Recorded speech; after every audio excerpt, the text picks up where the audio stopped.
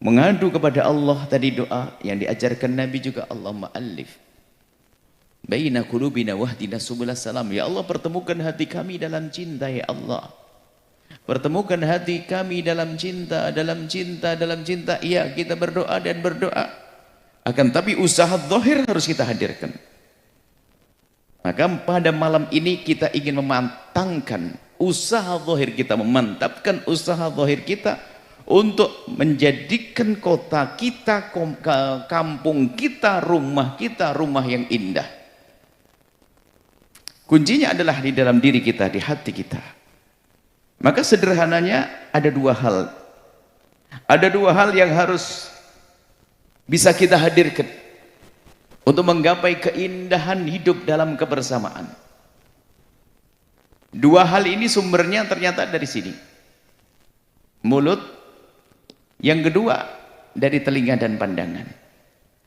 Maka dari itu, untuk menghadirkan keindahan dalam kebersamaan, dan ini berlaku dalam rumah tangga, dalam keluarga, dalam masyarakat, kuncinya yang pertama adalah jangan biasa mencari-cari kesalahan orang. Jangan sampai kita sibuk mencari-cari kejelekan orang lain. Kalau ingin mencari kejelekan, carilah kejelekan dirimu sendiri untuk berbenah. Jangan biasa kita melihat kejelekan orang, mendengar berita tentang kejelekan orang, karena itu akan menghilangkan cinta di hati kita dan kita akan rugi. Sementara orang yang menjalani hidup dengan cinta di dunia, indah, bertemu begini senang kita, nggak ada benci di antara kita. Kalau seandainya bukan karena terbatasnya waktu, mungkin kita akan terus ngobrol yang indah. Menjaga hati. Jadi jangan biasa mencari kejelekan orang. Jangan berusaha, jangan mencari. Dan ingat ancaman dari baginda Nabi SAW, man tatabba'a aurata akhihi. Barang siapa yang biasa mencari-cari kejelekan saudaranya, kejelekan orang lain, tetap Allahu auratah. Allah akan bongkar aibnya, Allah akan bongkar kekurangannya. Bahkan ancaman selanjutnya, wadhahba yafdahhu, dan Allah akan rendahkan dia walau fi wasti baitihi, biarpun di tengah rumahnya. Atau kama qala Rasul sallallahu alaihi wasallam, kalau orang kebiasaannya mencari-cari kejelekan orang, maka Allah akan rendahkan dia, Allah akan bongkar kejelekannya dia. Bukan sampai di situ, Allah akan rendahkan dia di rumahnya. Ternyata istrinya menjadi tidak menghormati dia, padahal nggak tahu sebabnya apa. Anaknya tidak bisa menghargai dia, semua yang bersamanya tidak bisa menghargai dia, karena sudah direndahkan oleh Allah. Maka pastikan malam ini kita menjadi orang yang tidak mau mencari-cari kejelekan orang. Jangan berusaha mencari. Sebab ada orang hobi mencari kejelekan orang. Mohon maaf, misalnya ada handphonenya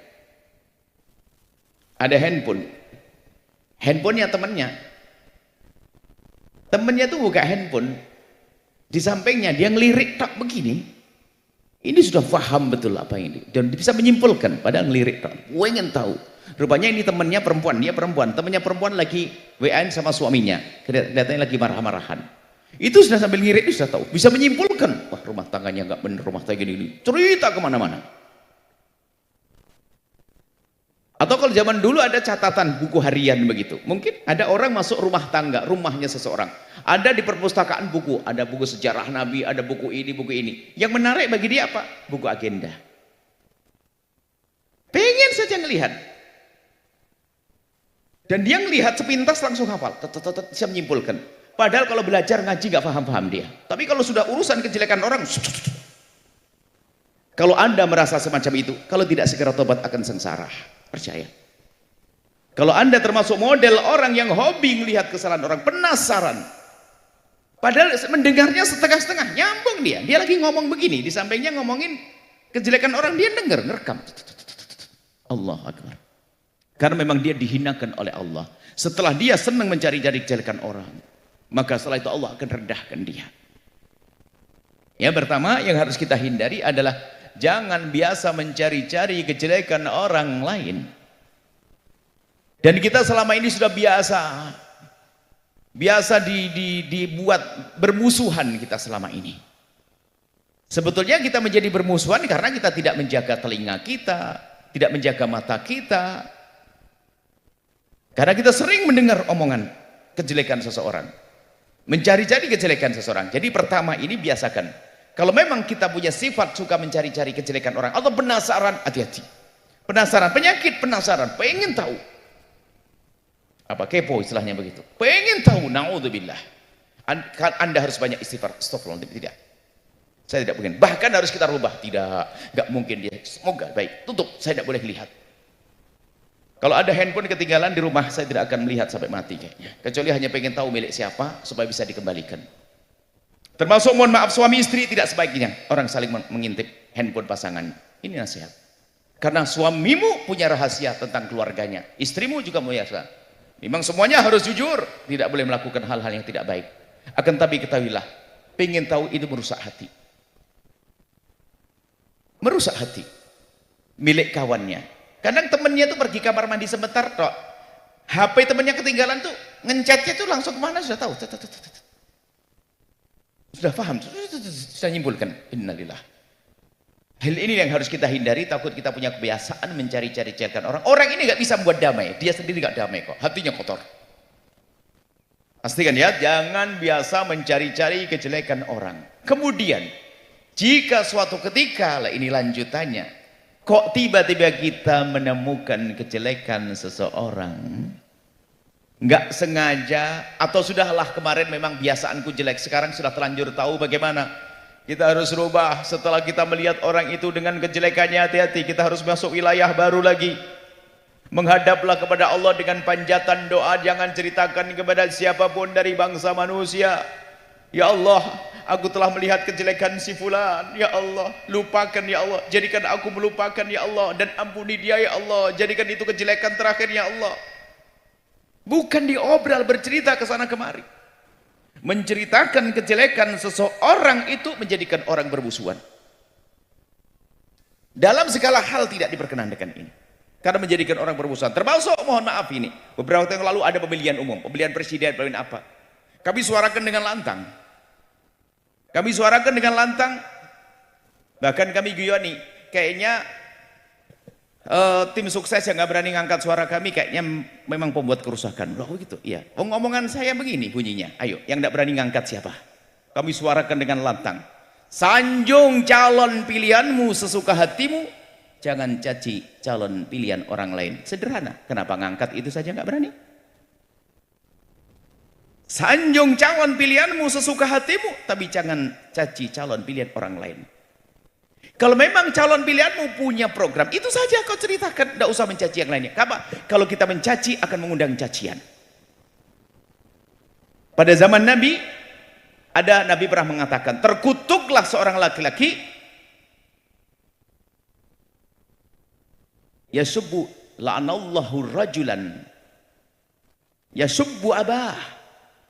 Terkutuklah seorang laki-laki yang mencaci ayahnya. Sahabat Nabi bertanya, apakah ada seorang anak mencaci ayahnya? Ada. Seorang anak mencaci ayahnya adalah seorang anak mencaci ayahnya orang lain. Setelah mencaci ayahnya orang lain membalas mencaci ayahnya. Berarti dia menjadi sebab orang lain mencaci ayahnya. Mohon maaf, kita ajari berpolitik yang sehat, yang dewasa. Contoh, kalau saya mencaci calon Anda pun akhirnya mencaci calon saya. Otomatis. Akan tapi ini kita harus bisa hidup damai, menjaga lisan kita. Termasuk dalam rumah tangga, wahai suami dan wahai istri. Jika engkau menemukan kekurangan pada pasanganmu, jangan engkau sebut sampai mati. Menyebut kekurangan menyakitkan. Biarpun pakai kalimat lembut dan indah, tapi tetap menyakitkan. Menyebut kekurangan, apalagi pakai bahasa kasar, bahasa merendahkan. Sekarang ada suami berantem begitu mudah menyebut kejelekan pasangannya. Ketahuilah wahai istri, kalau suamimu punya kekurangan, engkau pun punya kekurangan. Hanya bedanya sadar atau tidak sadar. Hei suami, jika istrimu punya kekurangan, engkau pun punya kekurangan. Dan kekurangan itu bukan untuk kau sebut dan untuk kau hinakan dia. Akan tapi kekurangannya untuk kau sempurnakan dengan kesabaranmu, dengan prasangka baikmu, dengan kelembutanmu. Bukan untuk dijadikan bahan mencaci dan merendahkan. Biarpun pakai kalimat lembut kan juga nggak enak, namanya menyebut kejelekan. Mungkin ada seorang suami romantis gaya hidupnya, kalau nyebut istrinya, pasangannya pasti ayang dan sebagainya. Ayang, iya abang, ayang, iya si abang. Kenapa sih hidung ayang begitu? Hidung ayang begitu, pakai ayang-ayang tapi nyebut hidungnya. Yang bagi dia kurang menarik, tersinggung dia, akhirnya dia membalas, oh iya abang sayang, kenapa mulut abang juga begitu, membalas ya. Semua cacian yang kita berikan akan dikembalikan dengan cacian. Tidak ada perlunya kita mencaci. Kita harus menjadi juru damai. Kita sudah biasa diadu, berantem sehingga berantem. Lihat, kita tidak dewasa, berbeda pilihan saja berantem loh ya. Lihat pemilihan presiden kita berantem, pemilihan gubernur berantem, pemilihan bupati berantem, pemilihan lurah berantem, pemilihan RT berantem, akhirnya apa? Pemilihan ketua masjid juga berantem. Ayo. Kenapa seperti itu? Karena sudah biasa kita diadu oleh iblis, bukan orang per orang, tidak. Kita biasa nuruti hawa nafsu kita. Akan tapi yuk kita menjadi juru damai. Jadi jangan biasa mengucapkan kalimat kotor, kalimat jelek, kalimat yang tidak pantas. Kami mulai dari saat kami berbicara, mulai kami berceramah menyampaikan pesan, kami itu berusaha untuk menghindar dari kalimat mencaci dan mengolok. Itu pun masih banyak orang yang tersakiti hatinya. Bagaimana kalau saya suka mencaci maki dan mengolok? Kita perlu berlatih yang benar, wahai hamba Allah. Jangan biasa mencaci mengolok, gak ada perlunya. Kalau sepanjang hidup kita itu tidak mencaci Namrud, tidak mencaci Fir'aun, tidak mencaci Abu Jahal, nggak disalahkan kita. Diam saja nggak usah masalah, tapi mencaci. Mengolok al-muslimu, seorang muslim laisa bisabbab. Wala la'an. Wala ta'an. Seorang muslim itu bukan kerjaannya mencaci dan mengolok, tidak. Kita jaga lisan kita. Jangan biasa mengucapkan kalimat kasar, kalimat mencaci, kalimat mengolok. Amalkan ilmu ini, Anda pulang akan indah. Seorang suami yang sehat akalnya dan mentalnya, nggak bisa ngomong yang menyakitkan istri, pasti nggak bisa. Karena hidup mentalnya sehat, akalnya sehat. Berarti yang biasa ngomong kasar berarti mentalnya sakit dia, atau akalnya tidak sehat. Atau seorang istri juga demikian. Kita perlu belajar serius di dalam urusan membuat keindahan dalam kebersamaan.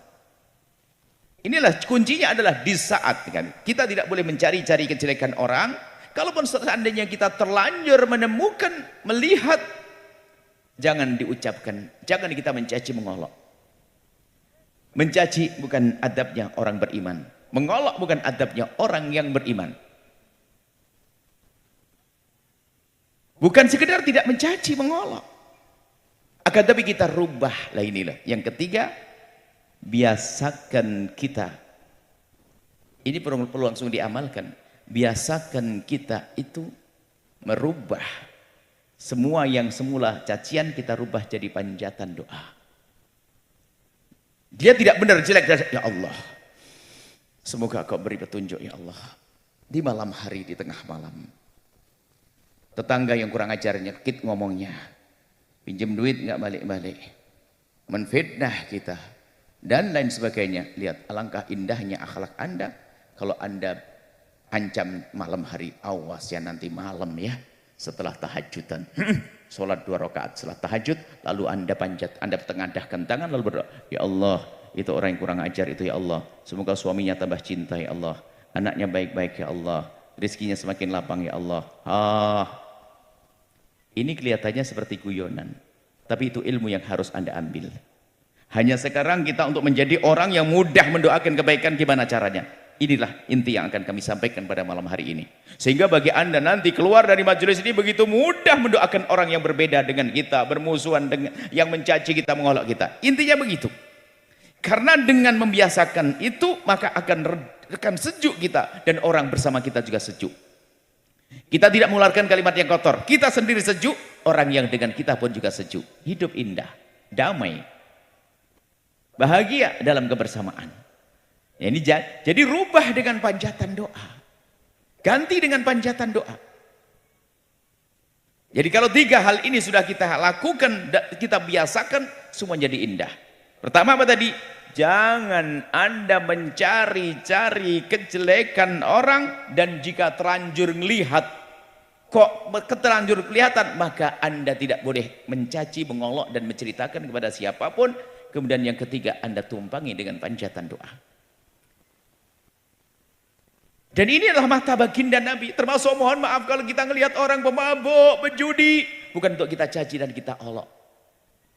Bahkan kalau seandainya kita ingin mengingatkan dia, kita mengingatkan dengan cara yang lembut, cara yang baik. Tapi ketahuilah, sebelum kita mengingatkan dia, tanyakan kepada diri kita sendiri, sudahkah kita mendoakan di tengah malam? Kita sering sok barangkali dakwah, tapi tidak pernah ngadu kepada Allah di tengah malam. Kita meminta kepada Allah di tengah malam. Kita perlu mengadu kepada Allah. Dan itu sebenarnya dengan pengaduan kita kepada Allah, panjatan doa kebaikan untuk orang tersebut, melembutkan hati kita. Sehingga kita tidak mengingatkan kecuali dengan cinta, bukan dengan kesombongan. Nah sekarang kita akan masuki bab selanjutnya, yaitu bagaimana, ini perlu agar kita itu menjadi orang yang mudah menahan emosi, menahan marah. Jangan dikit-dikit kita marah, balas dendam dan sebagainya, caci maki. Sekarang itu budaya caci maki itu sudah luar biasa. Ada mungkin orang ceramah di YouTube.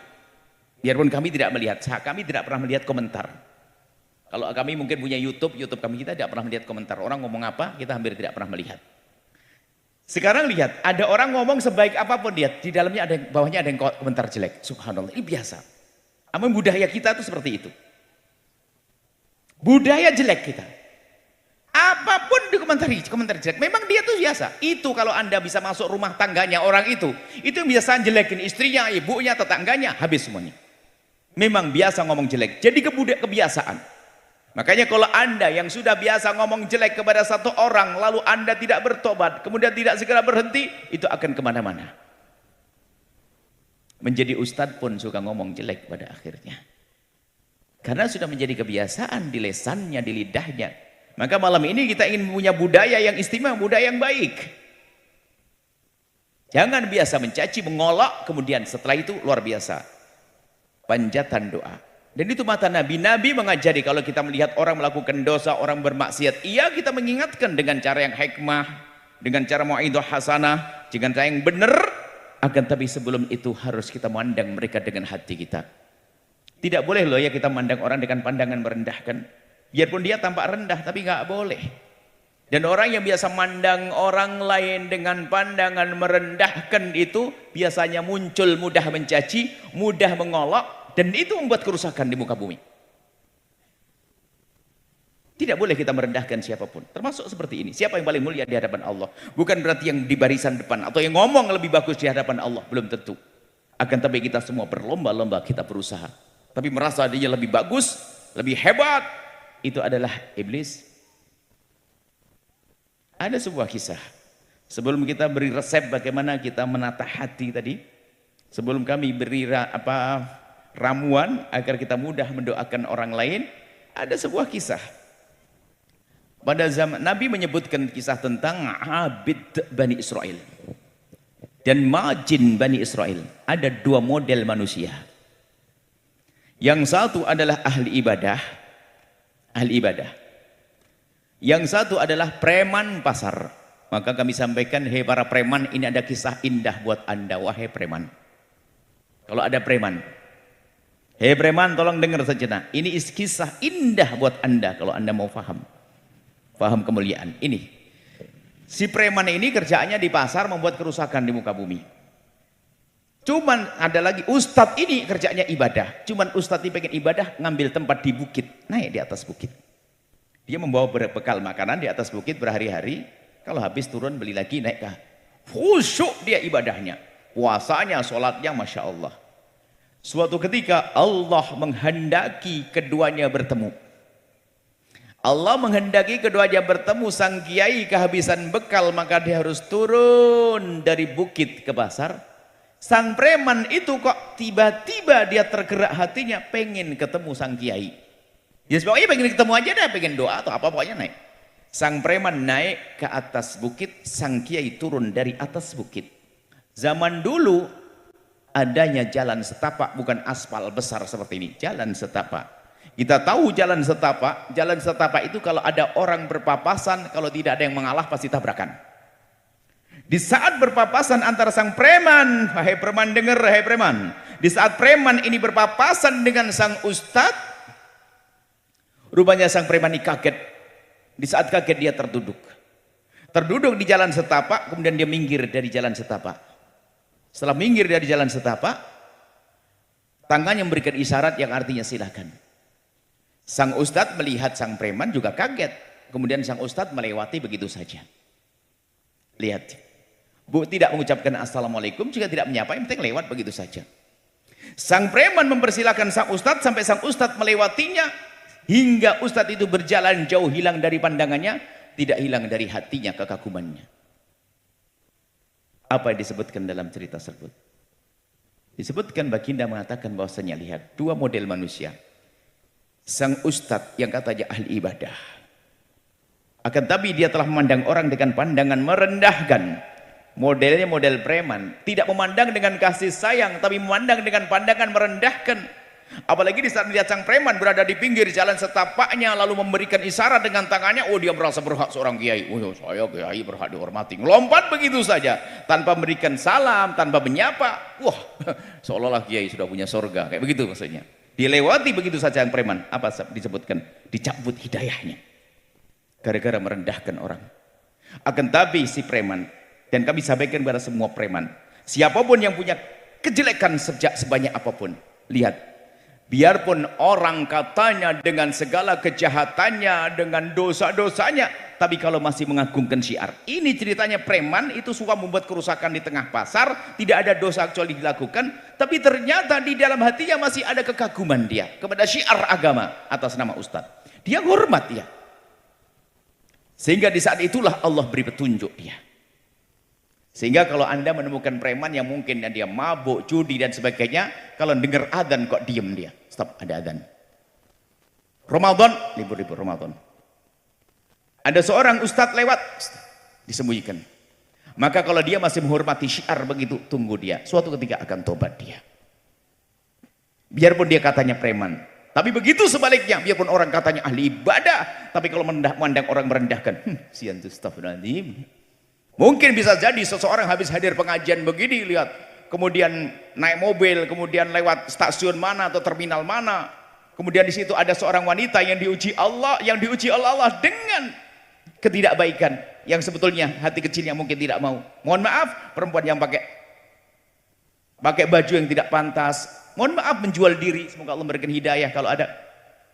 Kemudian melambai-lambaikan tangan, ingin bisa masuk ke mobil untuk melakukan kehinaan. Mungkin kita di atas mobil lihat perempuan yang seperti itu dengan baju seronok, melambaikan tangan. Kemudian mungkin di antara kita ada berkata begini, astagfirullahaladzim, la ilallah, astagfirullah. Tapi astagfirullahnya itu ngejek. Siapa di antara kita, coba jujur, kalau anda habis ngaji mungkin anda nangis di majelis, kemudian anda keluar melihat perempuan seperti itu, siapa di antara kita yang di saat melihat orang semacam itu, kemudian kita menundukkan wajah sejenak, kemudian mengangkat, menitikkan air mata, menengadahkan tangan, ya Allah, berikan petunjuk kepada wanita itu, ya Allah, berikan petunjuk ya Allah, dan ampuni dia. Siapa yang seperti itu? Kita sering dengan kesombongan congkak dengan ibadah kita, congkak dengan gaya kebaikan kita, dan itu juga menjadi problem. Sehingga ngomong pun kadang ceplas-ceplos, ngomong seenaknya, merendahkan orang lain. Itu juga menjadi sebab keonaran di masyarakat, gara-gara merendahkan. Kalau kita tarik cerita ke atas, orang-orang semacam ini adalah kisah mbah kita Nabi Adam. Kami hadirkan kisah Nabi Adam alaihissalam dengan iblis. Nabi Adam dengan iblis. Iblis itu sebetulnya aslinya ada ahli ibadah yang luar biasa. ibadahnya luar biasa. Sampai kalau bicara tentang bumi, kan banyak planetnya nih. Kalau bicara bumi, tidak ada sejengkal tanah kecuali pernah digunakan untuk sujud. Begitu hebatnya ibadahnya iblis, sehingga oleh Allah dikumpulkan bersama rombongan para malaikat. Sehingga di saat dinilai ibadahnya iblis sudah kayak malaikat, nggak beda, kayak malaikat. Oh, istimewa. Ribuan tahun sebelum mbah kita diciptakan, hingga pada suatu ketika Allah menciptakan mbah kita Nabi Adam alaihissalam. Setelah diciptakan Nabi Adam, Allah memerintahkan wa idh qulna lil malaikati isjudu li Adam fasajadu. Di saat Allah menciptakan Nabi Adam, lalu Allah memerintahkan kepada para malaikat untuk sujud penghormatan, bukan sujud ibadah, sujud penghormatan kepada Nabi Adam. Fasajadu, semua malaikat sujud. Dan perintah untuk malaikatnya termasuk iblis, karena iblis sudah masuk di situ, sudah kayak keluarga malaikat. Fasajadu, dan semuanya sujud, illa iblisa, kecuali iblis. Aba wastakbara, nggak mau dia dan sombong dia. Iblis nggak mau sujud. Loh, sujudnya iblis tuh, tidak maunya sujud iblis tuh secara akal-akalan logis, masuk akal. Iblis tuh mikir begini, gimana rumusnya? Saya sudah ibadah ribuan tahun, suruh hormat kepada Adam yang baru diciptakan, belum punya sujud sekalipun. Nggak logis dong. Ini mulai. Akhirnya dia nggak mau sujud. Karena tadi kesombongan. Lah kalau sudah kesombongan, merendahkan. Maka orang yang mencaci mengolok, sombong, merendahkan. Jadi iblis nggak mau, aba wastakbar, nggak mau. Nggak mau sujud kepada Adam karena merasa bahwasanya ya kok nggak masuk akal dong, masa saya ahli ibadah sudah banyak, maksudnya saya kan kiai, masa suruh nyapa preman lah, enggak, sorry deh lah, ya gitu loh, kurang lebihnya begitu. Kemudian bahkan di saat ditegur oleh Allah, kenapa kamu tidak mau sujud? Langsung dia berhujah. Apa hujahnya? Berdalil, ana khairun minhu. Wow, aku lebih bagus dari dia. Makanya ini sumber penyakit caci maki olokan daripada iblis ini, menganggap dirinya lebih bagus dari yang lainnya. Ana khairun minhu, aku lebih bagus daripada Adam. Kau ciptakan Adam dari tanah, kau ciptakan aku dari api, ya Allah. Padahal siapa yang mengatakan api lebih bagus dari tanah? Mulai kapan? Sama-sama makhluk kok. Batu dengan tanah sama nilainya, dengan sama makhluk. Cuman karena sudah sombong itu berhujah nggak jelas. Ana khairun minhu, aku lebih bagus daripada Adam. Itulah cirinya iblis. Sudah merendahkan, mencaci, mengolok. Kalau dinasehati nggak mau tobat. Berbeda dengan mbah kita. Makanya kita harus punya gambaran tentang keturunan kita. Keturunan kita kan Nabi Adam. Lalu Nabi Adam pernah kan dilarang, wala taqraba hadhihi syajarata fatakuna. Wala taqraba, jangan kau mendekati hadhihi syajarah, pohon ini. Nabi Adam di saat dilarang mendekati pohon yang disebut dengan pohon khuld, pohon keabadian. Akhirnya dikasih nasihat oleh setan, oleh iblis agar makan. Karena iblis sudah dendam dari dulu. Cuman Nabi Adam kan tidak menduga di surga ada makhluk yang begitu tuh. Di surga kok ada makhluk yang nggak benar, ya sudah dinasihati. Akhirnya Nabi Adam kan makan. Dan para ulama mengatakan itu sebelum diangkat jadi nabi maka melakukan kesalahan seperti itu, sehingga ditegur oleh Allah Nabi Adam setelah makan buah itu. Setelah ditegur mbah kita Nabi Adam, makanya kalau anda cucu Nabi Adam ikut Nabi Adam dong. Kalau setelah ditegur Nabi Adam langsung dengan spontan mengatakan, Rabbana zalamna anfusana wa illam taghfir lana wa tarhamna lanakunanna minal khasirin. Ya Allah, kami salah. Nah, itu cirinya anak Nabi Adam. Kalau cirinya iblis, yang aku lebih hebat dari dia.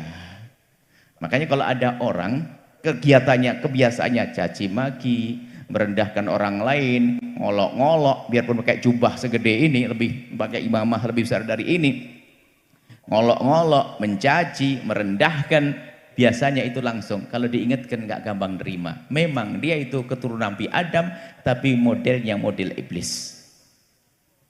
Kita harus tegas masalah ini agar jadi rambu-rambu untuk kita, bukan untuk nilai orang ya. Maka anda ini anaknya siapa? Kan gitu ya.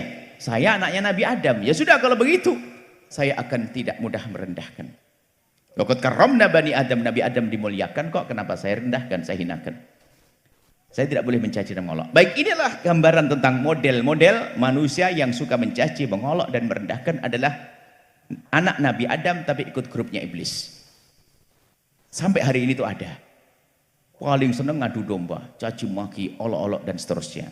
Maka kita langsung kepada pendidikan baginda Nabi sallallahu alaihi wasallam. Nah, tadi jangan mencari kesalahan orang. Kami ulang lagi, kalau sudah menemukan jangan sebut kepada siapapun, termasuk suami istri jangan sebut. Kemudian yang ketiga, ganti dengan panjatan doa. Maka kalau kita melihat orang bermaksiat, bukan kita rendahkan, apalagi digunjing, astagfirullahaladzim, oh pakai kopiah, gitu, pakai ini, aduh, kerudungan tapi masih begini, aja ya kerjaannya. Mencaci, kerudungan kok masih begitu, kopiahan pakai begitu, haji gombal. Memang ada orang macam-macam. Kerjaannya mencaci orang lain. Na'udzubillah. Jika Anda, hei hamba Allah, jika Anda golongan orang semacam itu, kalau Anda tidak segera tobat, Anda akan rugi. Anda akan menemukan kehidupan akhir kehidupan yang direndahkan oleh Allah. Maka malam ini adalah malam istimewa buat kita. Malam untuk damai. Malam untuk menjadi orang mulia. Ayo kita biasakan semarah apapun kita dengan panjatan doa. Pastikan kita mendoakan doa kebaikan kepada siapapun. Orang mengganggu kita, ngomong nyelkit kepada kita, kita doakan dengan doa kebaikan. Menfitnah kita, itu bu yang pinjam duit nggak balik-balik, janjinya bayar bulan ini, tatanya nggak bayar, dicari malah pergi, katanya pergi, tapi sandalnya lengkap, berarti keluar nggak pakai sandal. Akhirnya curiga, cari di rumah, di belakang rumah lagi ngitung duit lagi, sudah ngitung duit, ketemuan kita malah ngelihat kita tambah marah-marah, ngapain kamu kesini? Aduh, Allah. Bisa enggak Anda nanti malam doain dia dengan doa kebaikan? Bisa enggak? Ntar dulu. Kalau yang ngomong bisa, ntar dulu. Jangan buru-buru. Saya tanya, ibu yang pernah ngerasain sesar, angkat tangan. Sesar, ya betul. Sebelum ibu disesar, kira-kira berani enggak ibu? Itu kan operasi berat ya. Berani dioperasi tanpa dibius? Enggak. Makanya ilmu mendoakan itu ilmu membersihkan hati. Membersihkan kotoran yang paling berat, dendam, dengki di dalam hati. Dan kami belum ngasih obat bius lah, kok Anda ngomong bisa, ini berarti Anda kayak orang mau dioperasi langsung tanpa pakai obat bius. Ini kok gampang banget, bisa sampai di rumah juga nggak ngerjain nanti, jangan-jangan. Bisa, karena belum selesai ini kisahnya, Anda belum nelan obat biusnya. Kalau Anda sudah nelan obat bius nanti, Anda terus ingat obat bius ini, begitu mudahnya mendoakan orang. Karena sering Anda mendoakan orang dengan doa kebaikan, setelah itu bingung kalau Anda melihat orang dendam. Gimana sih rasanya dendam? Kok ada orang dengki? Dengki dendam kan capek. Benci di antara kita. Orang benci itu capek bu, benci. Lihat dengki, benci, dendam tuh capek. Lihat tetangganya bangun rumah, sakit. Padahal gentengnya tidak kena jidatnya. Setelah itu menfitnah bu. Walah, ya pejabat korupsi. Karena berjabat. Tetangganya sebelah kaya juga tuan, bukan pejabat, bingung dia. Tetangga yang lain ini ya pejabat, bisa saja dia nuduh korupsi. Sebelahnya kaya raya, bukan pejabat. Punya tuyul. Ada lagi, ada aja ini ngomong gunjing orang itu ada aja. Punya tuyul, tuyul ketek putih, ini belorong, wah macam-macam lah. Pesugihan di mana? Naudzubillah. Itulah kekotoran hati. Kekotoran hati. Terus lihat, tetangganya beli mobil, padahal dia mulai kemarin pengen beli mobil merah, cuman gara-gara dibeli tetangga, norak merah. Tapi coba ibu di kampung orangnya bersih hati, tetangganya beli mobil, bau solarnya katanya harum. Oh, ini ban mobilnya itu, waktu setengah basah tanahnya, itu kan mobil lewat tuh ada batiknya, itu dipegangi bagusnya, anak kecil itu, hati polos. Tapi kalau hati kotor, Masya Allah. Hadir pengajian pun gak enak loh bu. Makanya biar mantep betul, Anda nanti harus nelan obat bius. Hadir pengajian gak enak, orang hatinya benci, suka nyaci, suka ngolok, dendam. Hadir pengajian begini, telat. Tadi tidak tahu nyuci piring, telat sama suami. Akhirnya datang ke pengajian, telat. Karena telat gak ada tempat. Aduh, berdiri, asam urat, kalau duduk, kotor. Tengok kiri, tengok kanan. Tak tahunya ada di depan tempat yang kosong. Langsung dia pergi ke depan. Wah senang, karena mungkin ustadznya adalah ustadz idolanya barangkali. Langsung duduk paling depan, senang. Melihat Ustadz ceramah, baru 3 menit dengar Ustadz ceramah, sadar yang di kanannya orang yang dibencinya. Ngapain duduk di sini? Sudah keringetan dia. Sampai Ustadznya ceramah sudah miring-miring gini. Sampai Ustadznya salamnya belum selesai sudah jawab langsung pergi dia. Karena pergi dia nggak mau lewat jalur biasa, lewat jalur sebelahnya mau nyegat angkot yang sana, maksudnya biar jauh. Tak taunya orang semua pakai jalur biasa. Dia ke sana, nunggu di sana. Setiap angkot lewat sudah penuh. Pas terakhir ya Allah ada angkot kosong. Alhamdulillah dia masuk. Ada dia lagi. Nasib buruk. Itulah orang hidupnya hidup benci dendam. Maka malam ini no benci no dendam. Itu umat Nabi Muhammad. Kenapa kau benci? Oh dia jahat. Kita doakan. Kita tolong agar dia tidak jahat. Makanya kita biasakan dengan kalimat baik. Kalimat kemuliaan. Nah, untuk bisa memudah. Kita memulai. Nanti setelah itu beri hadiah dan sebagainya. Nah, untuk mendoakan ini loh. Agar kita mudah. Panjatan doa dulu. Karena dengan panjatan doa yang baik itu. Mengunci mulut Anda untuk dari mengucapkan kalimat kotor. Sudah. Kalau orang Arab dulu kalau marah, Bu, Pak, marah. Orang Arab tuh gayanya kalau marah itu adalah bilang begini. Kalau lagi marah dengan Allah yahdik. Allah yahdika itu artinya semoga Allah memberikan petunjuk kepadamu. Jadi dirubah dari cacian menjadi doa Allah yahdik. Tapi hati-hati Pak, kalau Anda ketemu orang Arab jangan bilang Allah yahdik. Sebab Allah yahdik itu biarpun maknanya baik, itu sudah aromanya aroma cacian. Allah yahdik, oh marah. Kenapa? Mesti gitu nanti. Maksudnya apa? Kita merubah. Ibu-ibu tolong kalau marah sama anak seperti pokoknya jangan ngomong jelek. Cuman karena biasa ngomong jelek anaknya didoain ngomong yang sara neraka, marah dia. Padahal tidak dengan hatinya dia, tapi mulutnya itu mulut kotor. Neraka kau durhaka, anak durhaka. Neraka ngomong gitu. Seandainya tetangga yang ada langsung amin, bingung dia. Enggak gitu maksud saya. Cuman kenapa ngomongnya kotor? Kebiasaan jelek, Bu. Maka cara nguncinya bukan diem tok, kadang-kadang keluar lagi. Diganti dengan doa. Kurang ajar semoga rezekinya banyak. Suaminya tambah sayang. Itu.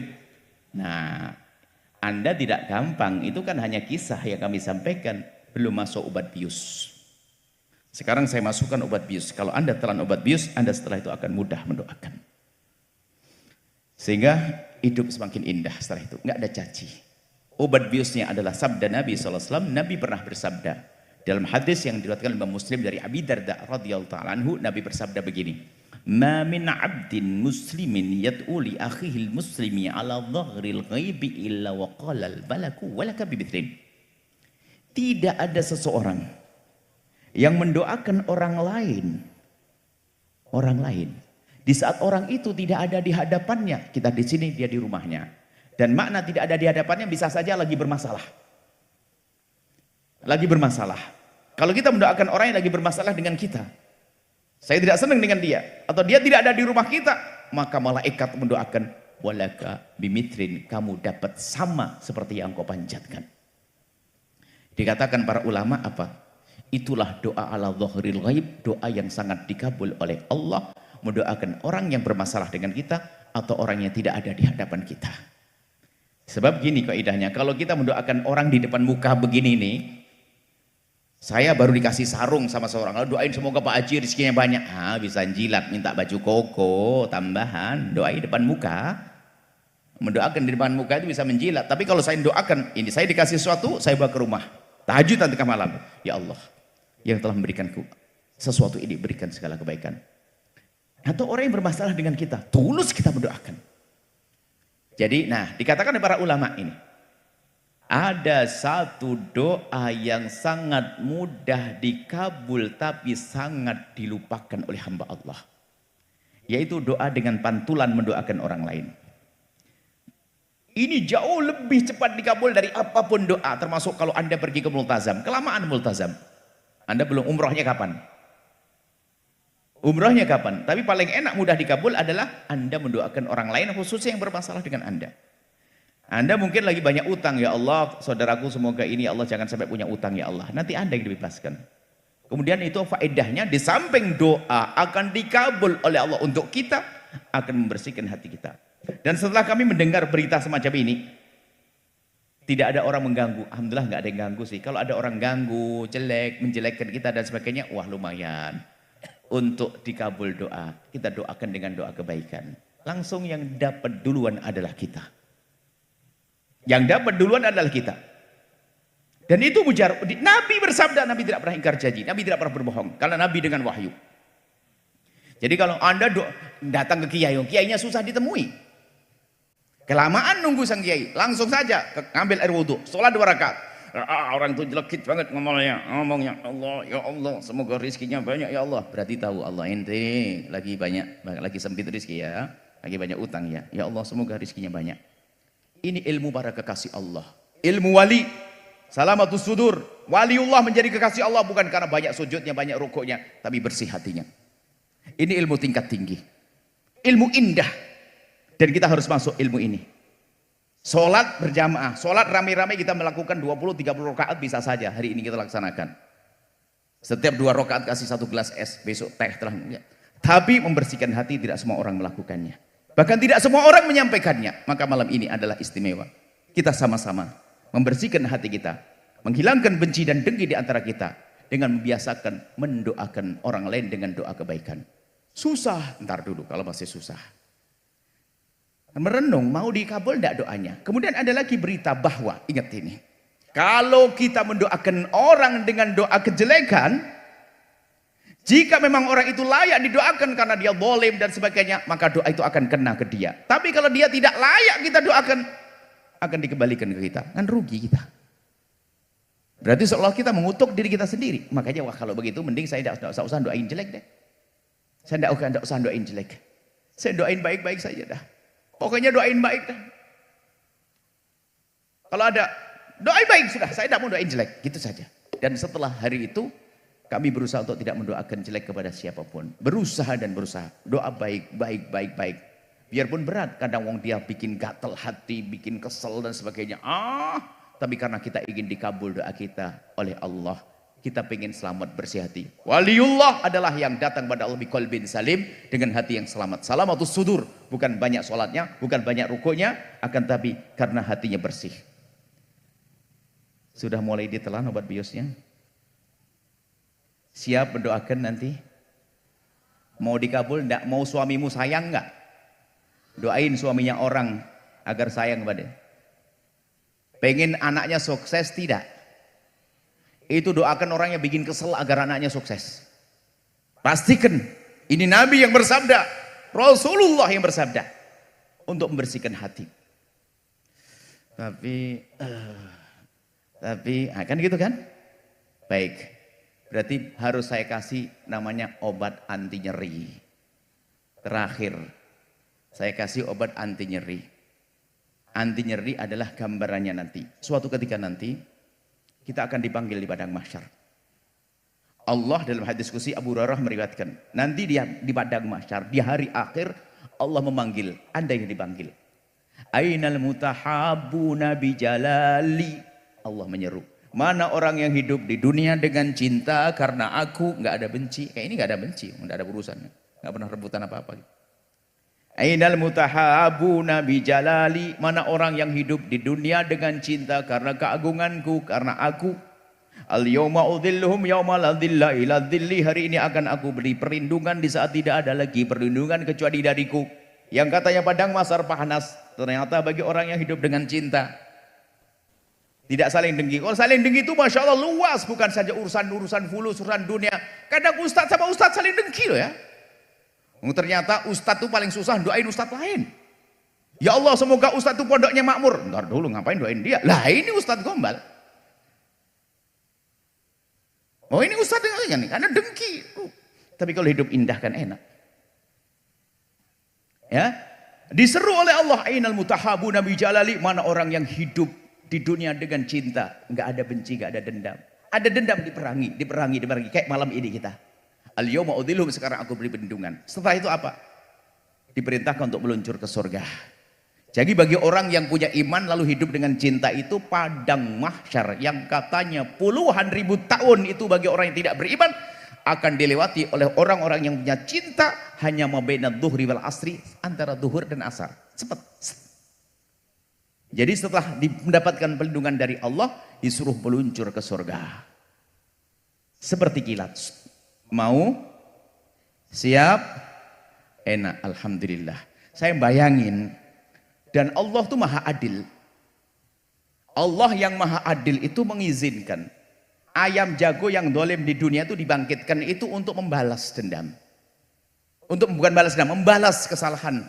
Manusia yang dizolimi, dia diizinkan untuk menuntut. Saya bayangkan diri saya sendiri. Hei Yahya, tuh orang nyaci kamu, ngolok kamu.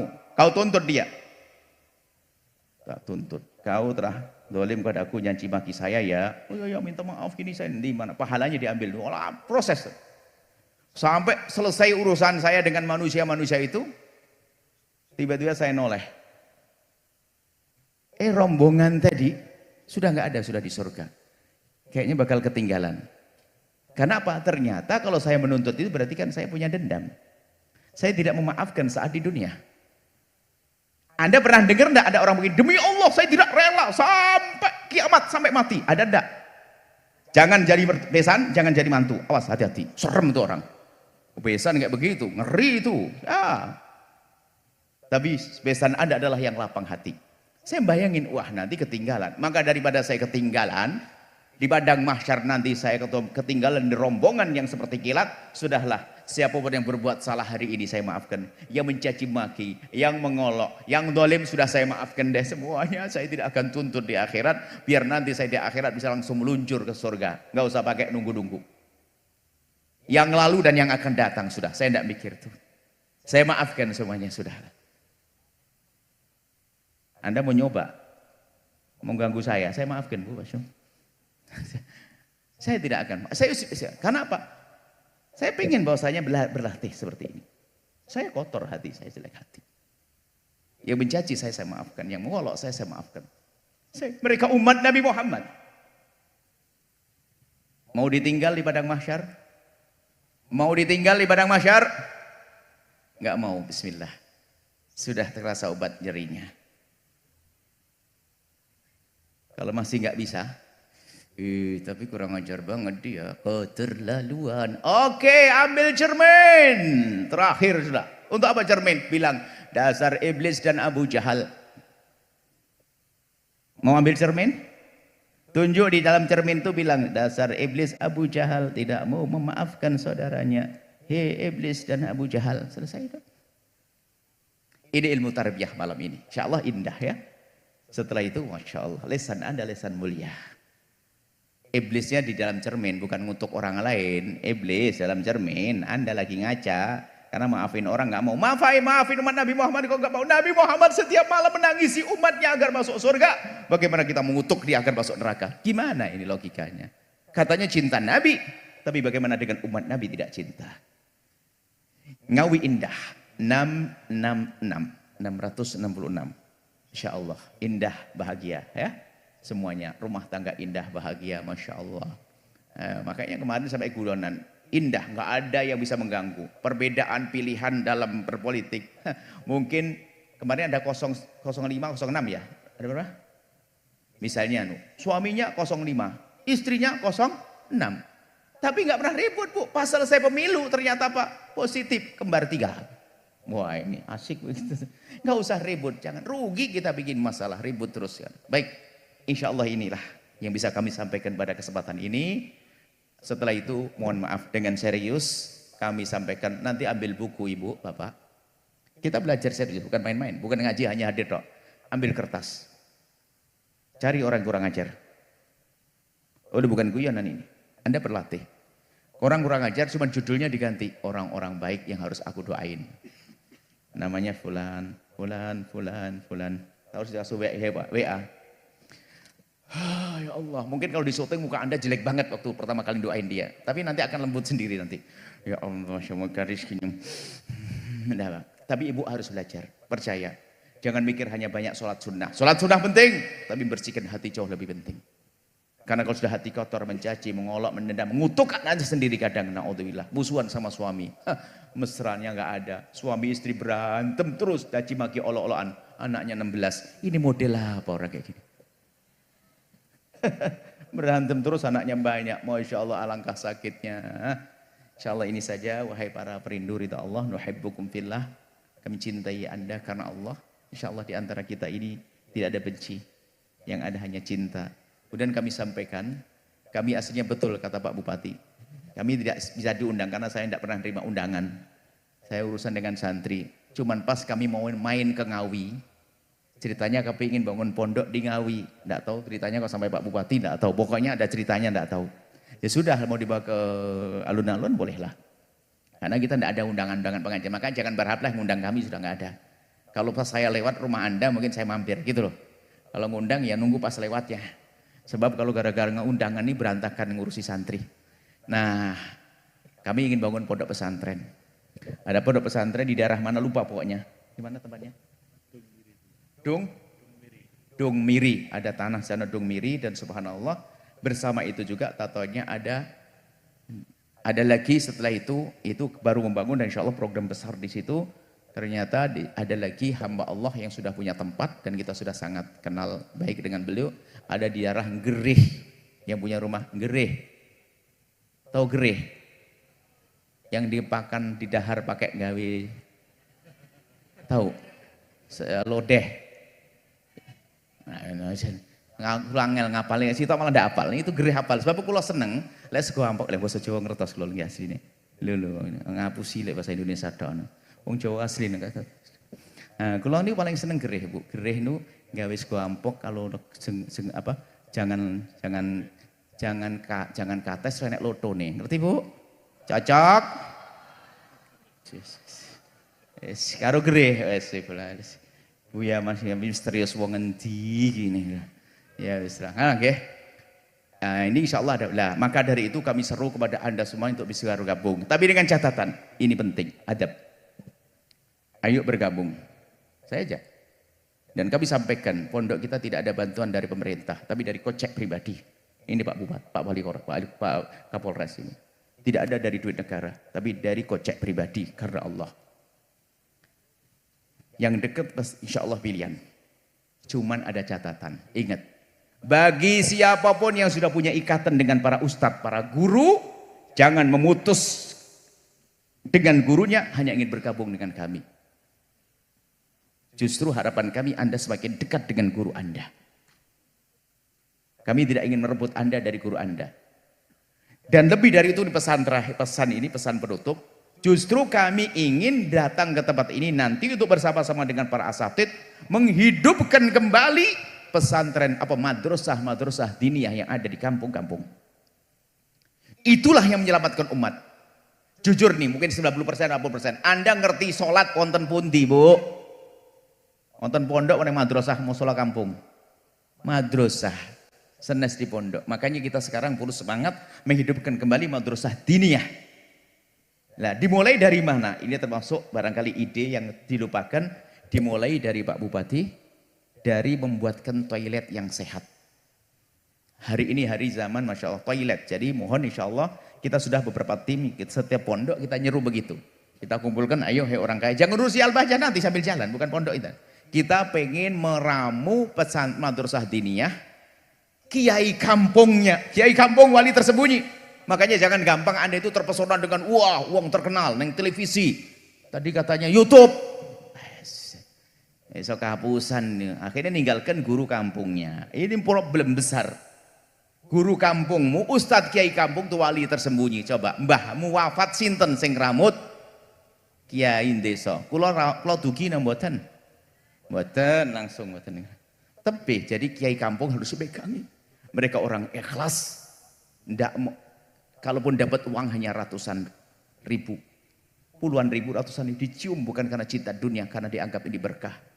Kadang sambil kerja, gitu. Lek musim panen jenengin derep, kertas, derep paham betul? Derep, mantun derep ke susu. Boten gadah sabun cair, jenis sabun pelok Bu, cap tangan, sabun pelok hagi saking susu neng kelas, sabunnya jeneng kuping. Masya Allah kebayang nih wong ikhlas. Allah subhanallah. Lah niku wali-wali tersembunyi jenengan wajib ngormati niku.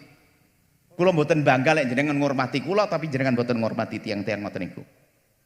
Makanya termasuk kami ingin menyerukan setiap kami masuk kampung kembali memuliakan kiai kampung yang luar biasa. Istiqomah. Kulo niku belajar istiqomah ngeten, ketemu santri jarang. Lek beliau pagi sore terus ngurusi wong kampung. Jadi termasuk toilet metode ngeten Pak. Begini Pak Bati. Toilet laki perempuan dibedakan. Tolong musola hari ini tolong disempurnakan toiletnya. Kalau urusan sholat kurang tempat digelar terpal saged sujud. Tapi lek toilet mohon maaf, kebuka auratnya. Upama traweh, jenengan ape sholat traweh ning musola, ora nek toilete lara weteng kondur, nggih to? Balik neh ora? Ora, ya apa balik neh, bubar. Sami sing madrasah diniyah ngaji lara weteng. Lara wetenge jare ra sepira. Ya kan ngomong Jawa saya ilang. Lara wetenge jare ra sepira, akhire wangsul alasan lara weteng rodok disuwek-suwekne ben ora balik neng madrasah. Sekarang dikunci. Madrasah wonten kamar mandinya yang permanen, kuat, segar ditutup, terhormat, buang air terhormat. Hari ini sudah mulai gede anak-anak, jangan sampai intip-intipan laki perempuan dipisah. Laki kanan musola, putri ini kiri musola, terus ditutup. Program membuat toilet sebanyak-banyaknya. Termasuk kami seru, musola masjid tolong utamakan toilet yang tertutup. Nggak ngurangi biaya, cuman penganggarannya saja. Cuman kadang pondok masjid gede tapi buat nonton toiletnya. Bingung gitu. Toilet ketok kono, ketok kok ini. Masya Allah. Nah ini khususnya yang putri semakin terhormat. Ini mungkin ide ini biar kerasan ngaji. Orangnya alasan sehingga madrasah ini hidup kembali. Jados kita ingin membangun pondok pesantren, Ibu, insya Allah di Ngawi, tapi tolong yang sudah punya ikatan dengan guru, jangan memutus dengan guru lalu untuk berpindah kepada kami. Tidak, Anda tetap dengan guru Anda, dengan kami babnya bonus. Bahkan kenalkan kami dengan guru-guru Anda, karena beliau adalah orang-orang hebat. Ini saja, mari kita tutup dengan doa. Bismillahirrahmanirrahim. Alhamdulillahirabbil alamin. Allahumma shalli ala habibina sayyidina Muhammad. Allahumma ya Allah ya Rahman ya Rahim. Pandang kami dengan kasih sayang dan cinta darimu ya Allah. Ya Allah kami mohon, seperti engkau pertemukan kami saat ini, pertemukan kami kelak di surga bersama kekasihmu Nabi Muhammad. Ya Allah, seperti engkau pertemukan jasad kami saat ini, pertemukan hati kami dalam cinta karenamu ya Allah. Kami ingin ya Allah pertemuan kami tidak hanya pertemuan di dunia, tapi kami ingin bertemu kelak di surga ya Allah.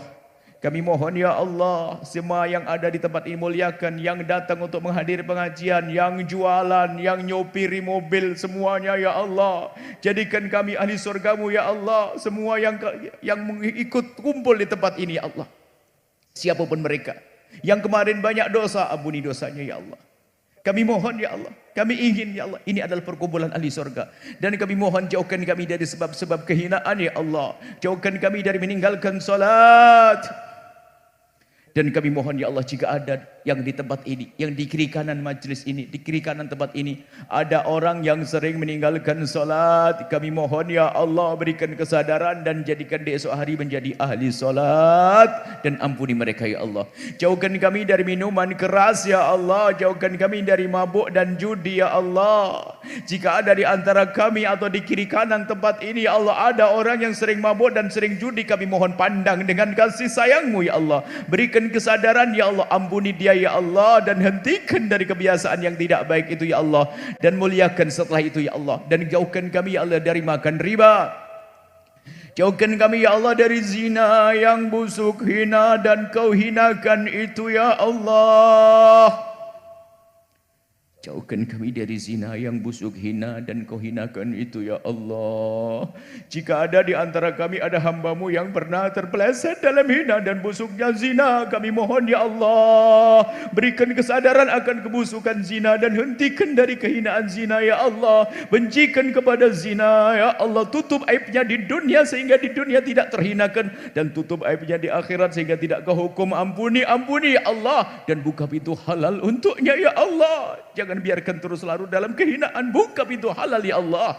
Dan kami mohon jauhkan kami dari menggunjing pezina, jauhkan kami dari menggunjing pemakan riba, jauhkan kami dari menggunjing pemabuk, jauhkan kami dari menggunjing penjudi ya Allah. Kami mohon ampuni mereka dan berikan petunjuk kepada mereka semua ya Allah. Dan kami mohon wujudkan keindahan dalam rumah tangga kami ya Allah. Suami istri yang saling mencintai karenamu dengan anak yang soleh solehah yang dibanggakan oleh kekasihmu Nabi Muhammad. Anak-anak kami jaga mereka, muliakan mereka di dunia hingga kelak di surga ya Allah. Ya Allah, ya Allah. Dan kami mohon ya Allah, jika ada di antara yang hadir ya Allah, jika ada suami istri yang sering cekcok dalam rumah tangganya, mereka telah menghadiri tempat mulia, maka muliakan setelah kembali nanti, jadikan rumah tangga mereka indah ya Allah.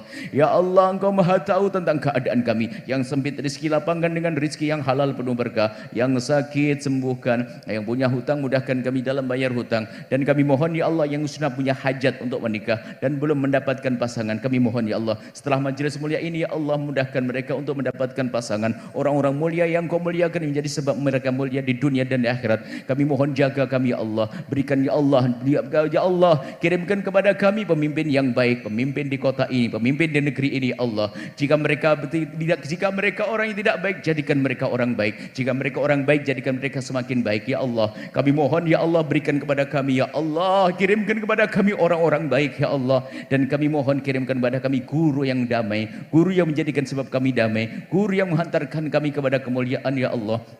Dan kami mohon ya Allah ya Rahman ya Rahim, jauhkan kami dari mengucapkan kalimat kotor ya Allah. Jaga lisan kami dan ampuni kami ya Allah. Dan kami mohon jauhkan kami dari dendam dan benci kepada sesama kami ya Allah.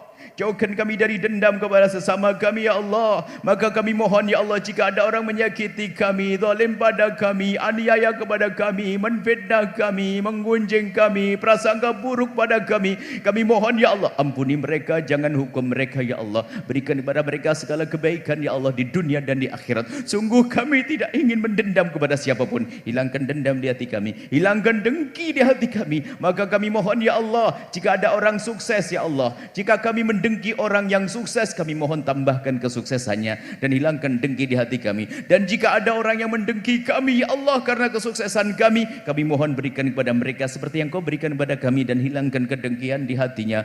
Kami mohon ya Allah, jangan Kau jadikan ini pertemuan terakhir kami ya Allah di dunia. Kami masih ingin bertemu dan bertemu di dunia dalam kebaikan hingga kelak di surga bersama kekasihmu Nabi Muhammad. Kami mohon ya Allah, ampuni orang tua kami dan guru-guru kami, berikan kasih sayang-Mu kepada mereka semua ya Allah, kasih sayang di dunia hingga kelak di surga. Kami mohon ya Allah, jadikan kami juru damai di negeri ini ya Allah, jadikan kami juru damai di negeri ini ya Allah, jauh dari menfitnah dan difitnah, jauh dari menfitnah dan difitnah. Kami mohon ya Allah, panjangkan umur kami dalam ketaatan serta sehat walafiat, berikan kepada kami semua husnul khatimah. Kami mohon ya Allah, makmurkan majlis para guru-guru mulia, para kiai, para ustadz, makmurkan majlis mereka, makmurkan pesantren mereka, makmurkan kehidupan mereka ya Allah. Berikan kepada mereka segala kebaikan di dunia dan di akhirat ya Allah. Tambahkan kecintaan kami kepada guru-guru kami ya Allah. Dan kami mohon ya Allah, panjangkan umur kami dalam ketaatan serta sehat walafiat. Berikan kepada kami semua husnul khotimah, mati dalam keadaan iman. Dan kami mohon ya Allah, jangan Kau cabut nyawa kami sebelum Kau ampuni dosa kami ya Allah. Kami takut mati dalam keadaan membawa dosa. Setiap dosa membawa petaka di alam barzah di akhirat. Kami mohon ampuni dosa kami sangat banyak ya Allah. Kami tidak bisa menghitung satu demi satu dosa kami. Dosa mata kami ya Allah. Sungguh jika Engkau ingin menghancurkan mata kami karena dosa itu sudah sangat cukup ya Allah.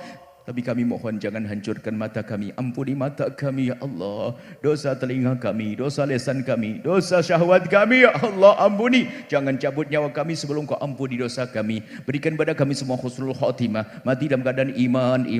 Dan kami mohon ya Allah, jadikanlah ucapan kami di akhir hayat kami kelak, saat Kau hendak mencabut nyawa kami ingin saat itu ya Allah, hati dan lidah kami mampu mengucapkan kalimat agung dan mulia, la ilaha illallah sayyidina Muhammadur Rasulullah, la ilaha illallah sayyidina Muhammadur Rasulullah, la ilaha illallah sayyidina Muhammadur Rasulullah sallallahu alaihi wasallam. Rabbana atina fid dunya hasanah wa fil akhirati hasanah wa qina adzabannar. Wa sallallahu ala sayyidina Muhammadin wa ala alihi washabbihi wasallam. Alhamdulillah rabbil alamin. Al-Fatihah.